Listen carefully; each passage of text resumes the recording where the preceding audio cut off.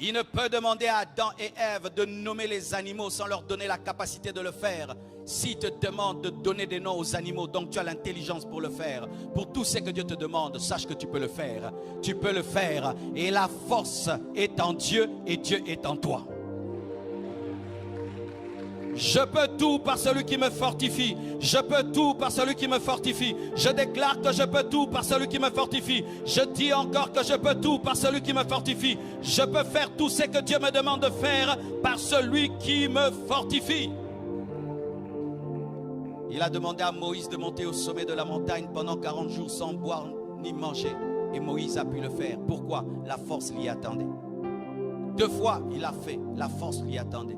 Il a attiré Jésus-Christ dans le désert pendant 40 jours et il a eu la force de le faire. Pourquoi? Dieu ne peut jamais te demander de faire une chose si tu ne peux le faire.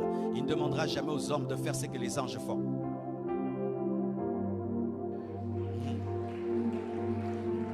Regardez frère, il n'a pas dit à Adam de créer le soleil. Il n'a pas dit à Adam de créer l'animal, mais il lui a dit de nommer. Pourquoi? Parce qu'il peut nommer. Mais il ne lui a pas dit de créer. Pourquoi? Parce qu'il sait qu'il ne peut pas créer. Dieu ne peut pas te demander des choses qui te dépassent.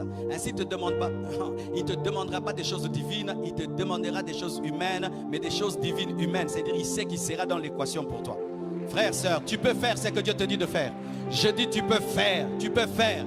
Ta famille te dit souvent que tu ne peux pas faire, ton mari, ta femme, tes amis. Aujourd'hui, Dieu te dit que tu peux faire. Je te dis que tu peux faire. Tu vas réussir. Tu accompliras ce à quoi Dieu t'appelle, parce que Dieu n'est pas fou pour te demander une chose que tu ne puisses faire. Donne-moi un amen. Même si c'est grand, tu es grand pour le réaliser. Même si c'est fort, tu es fort pour le faire. Même si ça demande l'intelligence, tu as l'intelligence pour le faire. Frère, sœur, tu as la capacité et le potentiel de répondre à ta destinée. Tu dois le croire. Préparé d'avance pour toi. C'est-à-dire quoi? Avant que tu ne naisses. C'est-à-dire que lorsque tu étais dans le ventre de ta mère, tu avais déjà préparé les bonnes œuvres. Et certains, nous rencontrons nos bonnes œuvres de la destinée à l'âge de 30 ans. Tu t'imagines, Dieu a pris 30 ans pour te préparer une chose et puis tu dis que tu vas échouer. Comment tu peux échouer alors que tu étais préparé pendant 30 ans? Je réussirai au nom de Jésus-Christ. Je réussirai au nom de Jésus-Christ. Je ferai ce que Dieu m'a dit. Je relèverai mon défi. J'accomplirai ma mission. Jusqu'au bout, j'arriverai. Et je ne vais pas tomber. Je ne tomberai pas. Jusque dans ma vieillesse, je prêcherai la sainteté et la pureté. Dieu ne peut pas m'appeler au scandale. Dieu ne peut pas m'appeler au scandale. Dieu ne peut pas m'appeler au scandale. Certains vous dites, non, si je commence, je vais tomber. Tu ne vas pas tomber.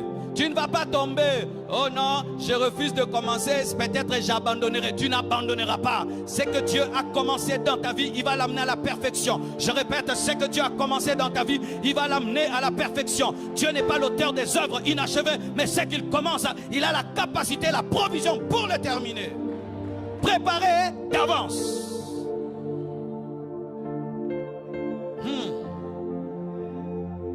Nous ne prions pas et nous ne servons pas un Dieu qui improvise. Dieu n'improvise jamais. Et le mot hasard n'existe pas dans son dictionnaire. Dieu n'improvise pas. Jamais tu marcheras avec Dieu et puis tu arrives à un endroit, Dieu est perdu. Et puis commence à te poser la question, mon fils, on fait quoi? Il connaît le chemin dans le désert. Il connaît le chemin dans la mer Rouge. Il connaît le chemin dans le Jourdain. Il connaît le chemin dans le déluge. Il connaît le chemin. Je te dis, il connaît le chemin. Même si toi, tu ne comprends pas, Dieu comprend. Aie confiance. Aie confiance. C'est pourquoi lorsque Gédéon pensait qu'il était petit, Dieu lui avait déjà donné la capacité d'être un vaillant guerrier. C'est pourquoi il ne parlait pas selon que Gédéon parlait, mais il parlait à l'entraînement spirituel qu'il avait déjà donné à Gédéon, alors que Gédéon ne savait pas. Il avait déjà entraîné. Dieu t'a entraîné à ta destinée, mais toi, tu ne le sais pas. Je te dis, Dieu est déjà entraîné. Je dis, Dieu t'a déjà entraîné pour affronter ta vie, affronter ta destinée. Les souffrances par lesquelles tu es passé, c'était ton entraînement. Les épreuves par lesquelles tu es passé étaient ton entraînement. Tous les coups durs que tu as connus dans ta vie, c'était ton entraînement. Tu as été préparé. Tu as été préparé. Préparé d'avance. Programmé. Tu es programmé pour le succès. Eh oui, vous êtes programmé pour le succès. Regardez ce que les hommes de ce monde font. avant de nommer une voiture 4x4, qu'est-ce qu'ils font?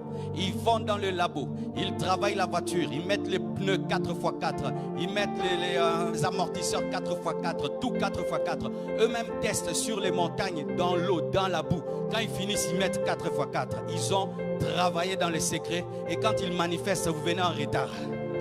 Toi aussi, Dieu, dans le secret, t'as travaillé. Et quand il t'exécute, le diable vient en retard, les sorciers viennent en retard, les jaloux viennent en retard.